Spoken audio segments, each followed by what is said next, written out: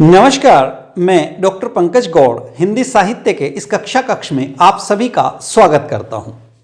आज हम पढ़ने जा रहे हैं आपके आरोह भाग 1 में संकलित यात्रा वृतांत स्पीति में बारिश।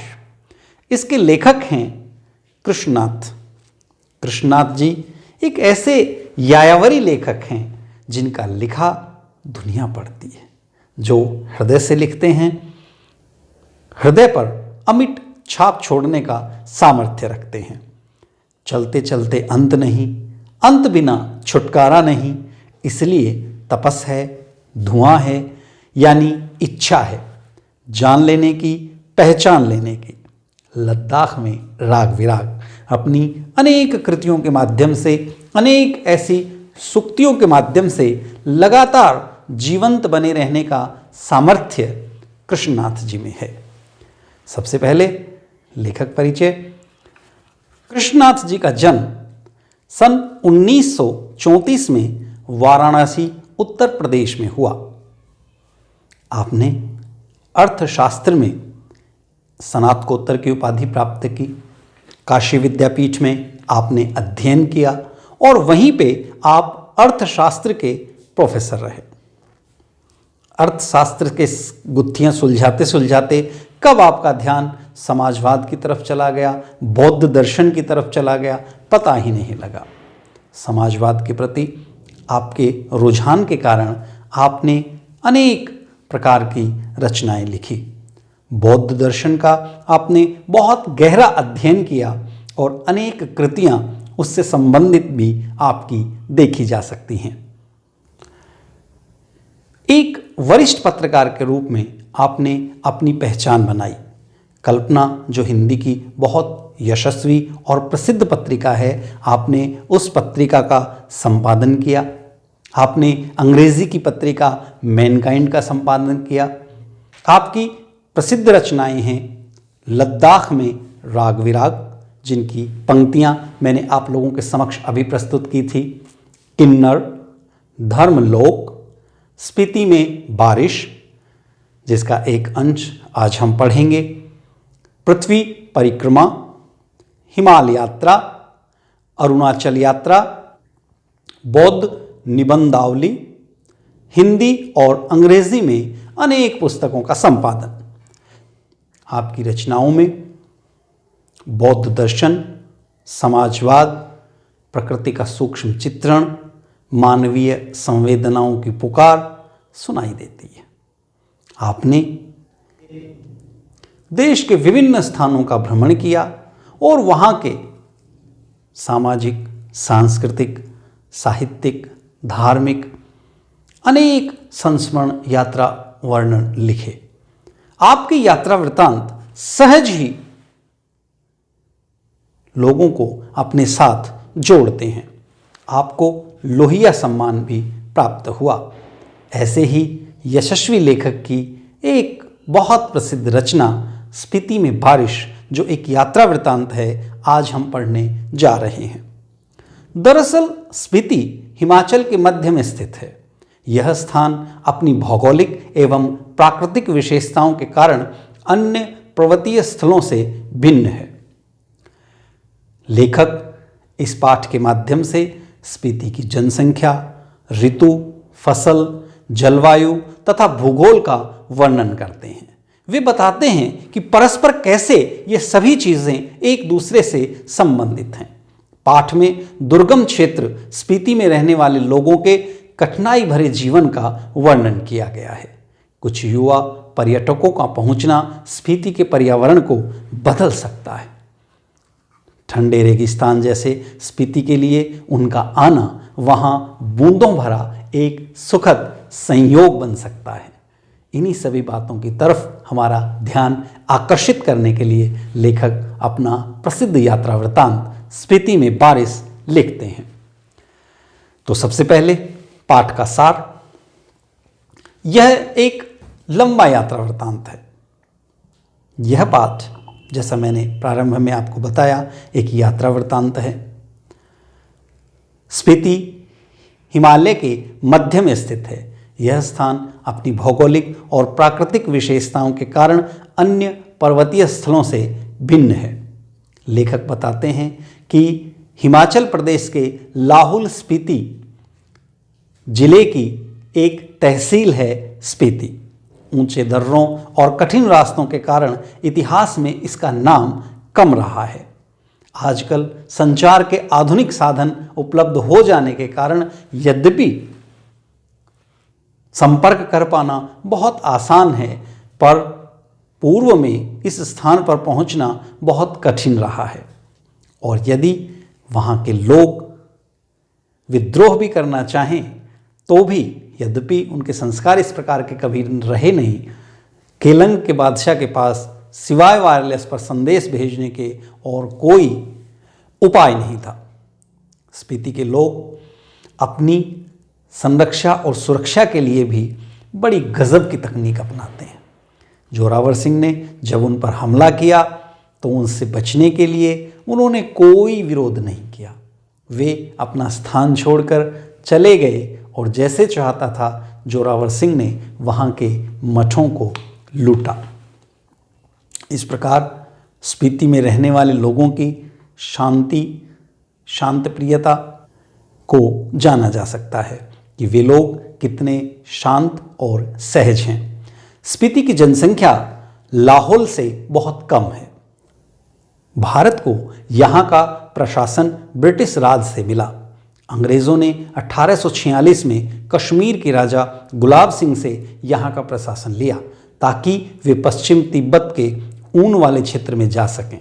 लद्दाख मंडल के समय यहाँ का शासन स्थानीय राजा नोनो द्वारा चलाया जाता था। अंग्रेजी काल में कुल्लू के असिस्टेंट कमिश्नर के समर्थन से नोनो काम करता था और स्थानीय लोग इसी को अपना राजा मानते रहे हैं।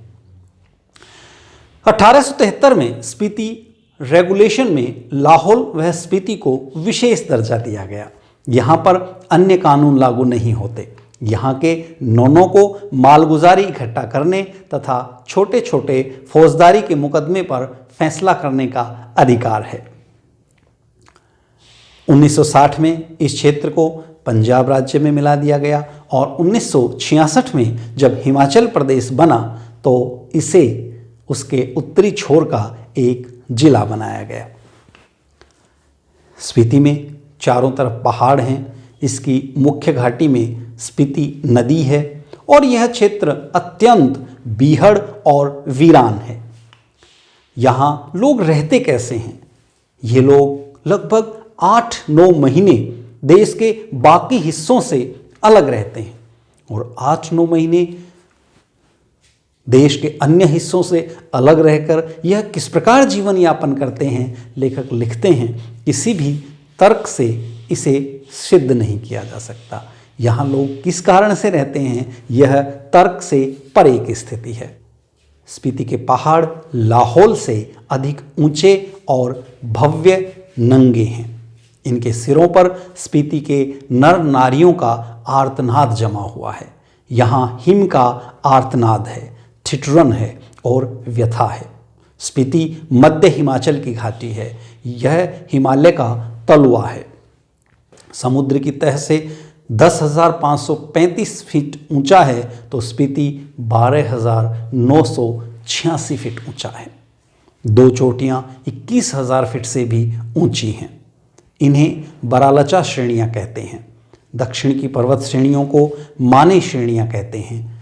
शायद बौद्धों के माने मंत्रों के नाम पर इनका नामकरण किया गया। बौद्धों का बीज मंत्र का यहाँ इतना अधिक उच्चारण हुआ कि लेखक मानते हैं कि इन्हें उसी के आधार पर नाम दिया जाना चाहिए। स्पीति के पार बाह्य हिमालय दिखता है। इसकी एक चोटी 23,064 फीट ऊंची बताई जाती है। लेखक चोटियों से होड़ लगाने के पक्ष में नहीं है, लेकिन लेखक मानते हैं कि युवाओं को यहाँ आना चाहिए।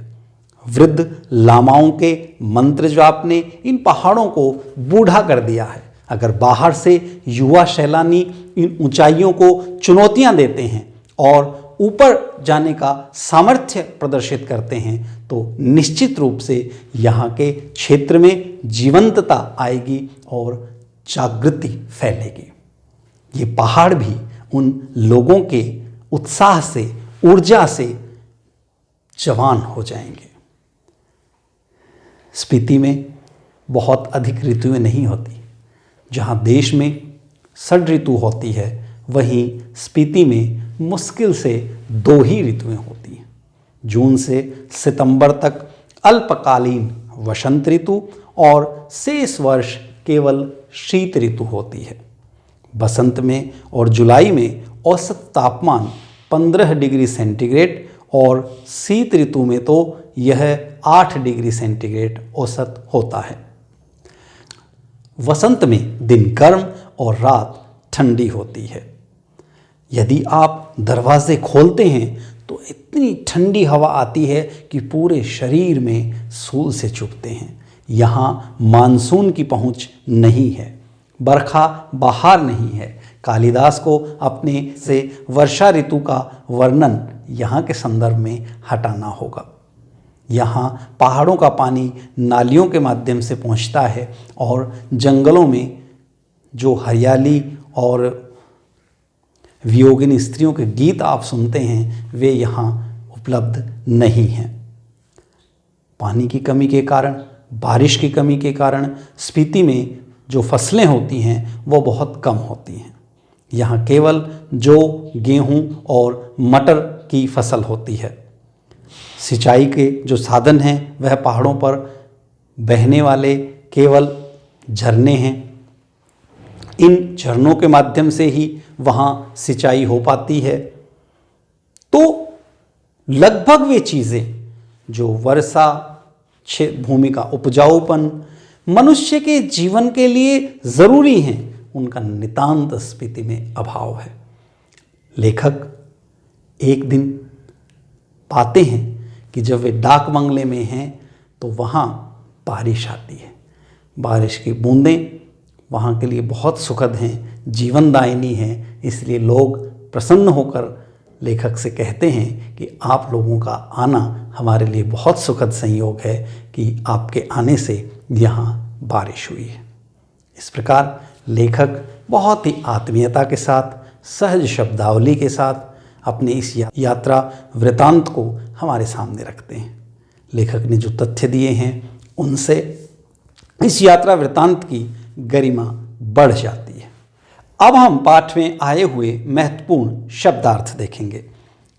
शब्द छवि, अलंघ्य जिसे लांघा या पार न किया जा सके, स्वायत्त स्वतंत्र, अतर्क्य तर्क न करने योग्य, आर्तनाद दर्द भरी ऊंची आवाज, स्वर में दुख का ज्ञापन या सहायता की पुकार, पीर पंचाल एक पर्वत श्रृंखला, महात्म्य महिमा गौरव, कुवत बल शक्ति, 6 ऋतुएं 6 ऋतुएं वसंत, ग्रीष्म, वर्षा, शरद, शिशिर, हेमंत, तुषार, हिम, बर्फ, दुंग छेन एक तरह का वाद्ययंत्र, महाशंख जिसे फूंक मारकर बजाया जाता है। कुछ महत्वपूर्ण गद्यांशों का वाचन और उनकी व्याख्या हम लोग करेंगे। तो सबसे पहले वाचन। प्राचीन काल में शायद स्पीति भारतीय साम्राज्यों का अनाम अंग रही है। जब ये साम्राज्य टूटे तो यह स्वतंत्र रही है। फिर मध्य युग में प्राय लद्दाख मंडल और कभी कश्मीर मंडल, कभी बुशहर मंडल, कभी कुल्लू मंडल, कभी ब्रिटिश भारत के तहत रही है।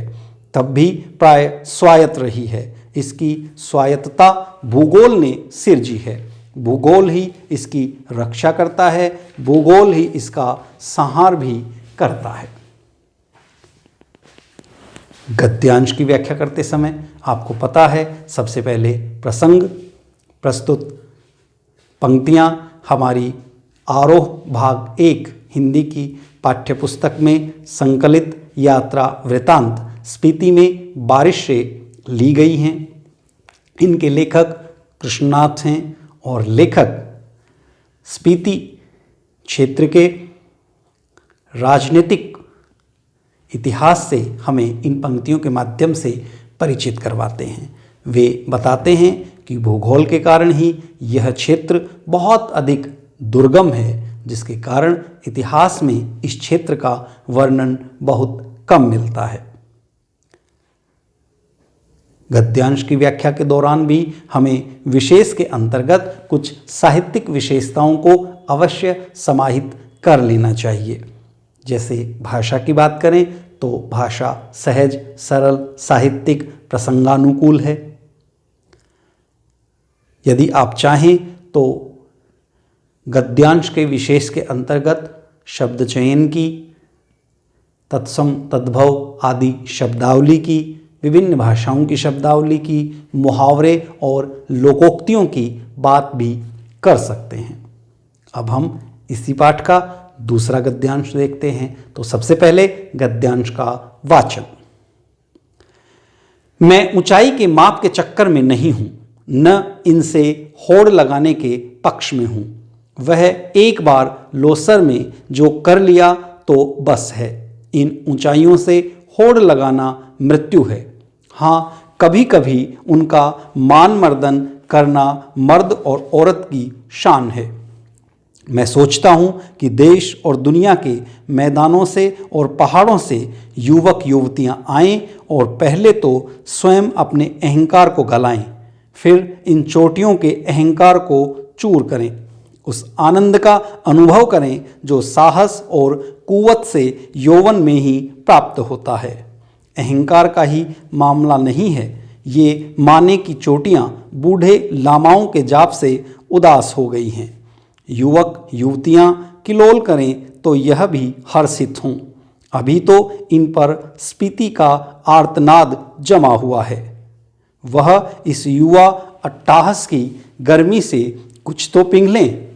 यह एक युवा निमंत्रण है। इस गद्यांश का प्रसंग भी पूर्ववत रहेगा कि प्रस्तुत गद्यांश हमारी हिंदी की पाठ्यपुस्तक आरोह भाग 1 से संकलित है। स्पीति में बारिश यात्रा वृत्तांत से लिया गया है। इसके लेखक कृष्णनाथ हैं और लेखक स्पीति के विषय में कुछ महत्वपूर्ण जानकारियां इन पंक्तियों के माध्यम से हमें देते हैं। लेखक बताते हैं कि यहाँ बहुत ऊंचे ऊंचे पहाड़ हैं, लेकिन केवल ऊंचे पहाड़ होने भर से लेखक का उनके प्रति मोह नहीं है। लेखक चाहते हैं कि युवा यहाँ आएं, यहाँ के आध्यात्मिक वातावरण से लाभ उठाएं, यहाँ के पहाड़ों पर चढ़कर उनकी ऊंचाई को नीचा दिखाएं और इस प्रकार अपने साहस का, हौसले का परिचय दें। वे समान रूप से महिलाओं को और पुरुषों को आमंत्रित करते हैं। वे मानते हैं कि इस प्रकार के स्थल पर आने से मनुष्य का अपना अहंकार शमन भी होता है। साथ ही लेखक चाहते हैं कि यहाँ युवा बहुतायत में आएं, क्योंकि बूढ़े लामा जो बहुतायत मात्रा में वहाँ विद्यमान हैं, वे लगातार अपने आध्यात्मिक मंत्र जाप के माध्यम से उस क्षेत्र का आध्यात्मिक उत्थान तो करते हैं, लेकिन कहीं न कहीं उनकी उपस्थिति उस क्षेत्र में युवा जोश नहीं भर पाती। तो लेखक चाहते हैं कि उस युवा अट्ठाहस को पैदा करने के लिए देश से युवाओं को वहाँ आना चाहिए, किलोल करना चाहिए और इसी के माध्यम से वहाँ के आर्तनाद को समाप्त किया जा सकता है। लेखक ने उस दुर्गम इलाके की विषम परिस्थितियों को अपनी विशेष शैली के तहत बहुत ही शानदार तरीके से प्रस्तुत किया है। भाषा सहज, बोधगम्य है और वर्णनात्मक शैली है।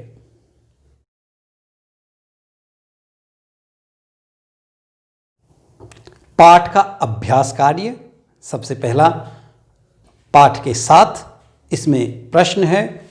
इतिहास में स्पीति का वर्णन क्यों नहीं मिलता? इतिहास में स्पीति का वर्णन इसलिए नहीं मिलता क्योंकि यह बहुत ही दुर्गम इलाका है। चारों तरफ से ऊंचे ऊंचे पहाड़ों से घिरा हुआ है। 7-8 महीने ये देश दुनिया से कटा रहता है।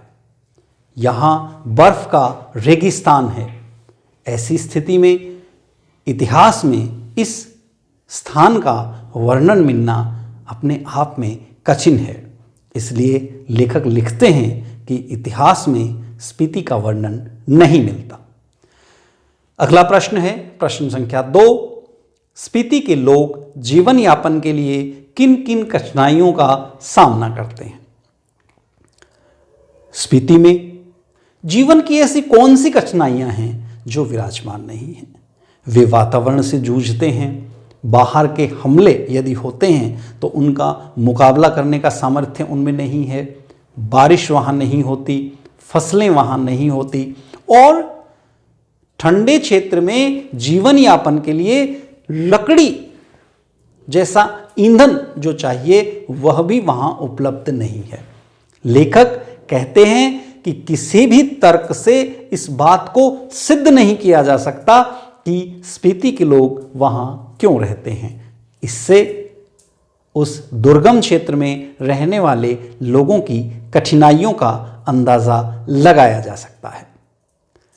अगला प्रश्न है, लेखक माने श्रेणी का नाम बौद्धों के माने मंत्र के नाम पर करने के पक्ष में क्यों है? लेखक माने श्रेणी का नाम बौद्धों माने मंत्र के नाम पर करने के पक्ष में इसलिए है क्योंकि इस बहुत ही पवित्र मंत्र का उच्चारण वहाँ लंबे समय तक होता आया है। ध्यान, चिंतन, मनन के लिए इस मंत्र ने पूरी दुनिया को प्रेरित किया है। अतः लेखक को लगता है कि उसी के आधार पर इसका नामकरण हुआ है। ये माने की चोटियां बूढ़े लामाओं के जाप से उदास हो गई हैं। इस पंक्ति के माध्यम से लेखक ने युवा वर्ग से क्या आग्रह किया है? इस पंक्ति के माध्यम से लेखक युवाओं से आग्रह करते हैं कि उन्हें भी इस क्षेत्र में आना चाहिए। उन्हें भी वहाँ की परिस्थितियों को जानना और समझना चाहिए। यदि युवा वहाँ आएंगे, अटखेलियाँ करेंगे, अपनी ऊर्जा से इन पहाड़ों को अपनी ताकत से चुनौती देंगे तो ये पहाड़ भी जीवंत हो जाएंगे। यहाँ के सामाजिक जीवन में, आर्थिक जीवन में बदलाव आएंगे और वे बहुत ही सुखकारी होंगे। अगला प्रश्न है प्रश्न संख्या 5। वर्षा यहाँ एक घटना है, एक सुखद संयोग है। लेखक ने ऐसा क्यों कहा है? पाठ में लेखक ने ऐसा इसलिए कहा है कि जब लेखक वहाँ मौजूद थे तो बारिश आई और उस बारिश के आने का श्रेय कहीं न कहीं वहाँ के निवासियों ने लेखक को दिया। इससे लेखक ने कहा कि वर्षा यहाँ एक घटना है क्योंकि लंबे समय तक वहाँ बारिश नहीं होती, बहुत कम वहाँ बारिश होती है। बारिश उनके लिए बहुत सुखकर है और कहीं न कहीं इसी प्रकार का सुख लेखक ने वहाँ पहुंचकर उन्हें दिया है। इसलिए लेखक कहते हैं कि वर्षा यहाँ एक घटना है, एक सुखद संयोग है। अगला प्रश्न है, स्पीति अन्य पर्वतीय स्थलों से किस प्रकार भिन्न है? स्पीति अन्य पर्वतीय स्थलों से भिन्न है क्योंकि अन्य पर्वतीय जो स्थल होते हैं उन पर फसलें होती हैं, आवागमन के अधिक साधन हैं, जनसंचार के अधिक साधन हैं, तो वहाँ जाने वाले लोगों को लगभग बड़े शहरों में मिलने वाली तमाम तरह की सुविधाएं मिल जाती हैं।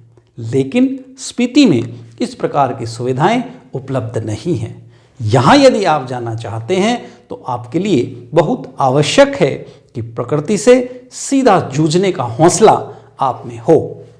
अतः लेखक अनेक ऐसी विशेषताएं फसल संबंधी, मौसम संबंधी, जल संबंधी हमें बताते हैं जो अन्य पर्वतीय स्थलों से स्पीति को अलग करती हैं।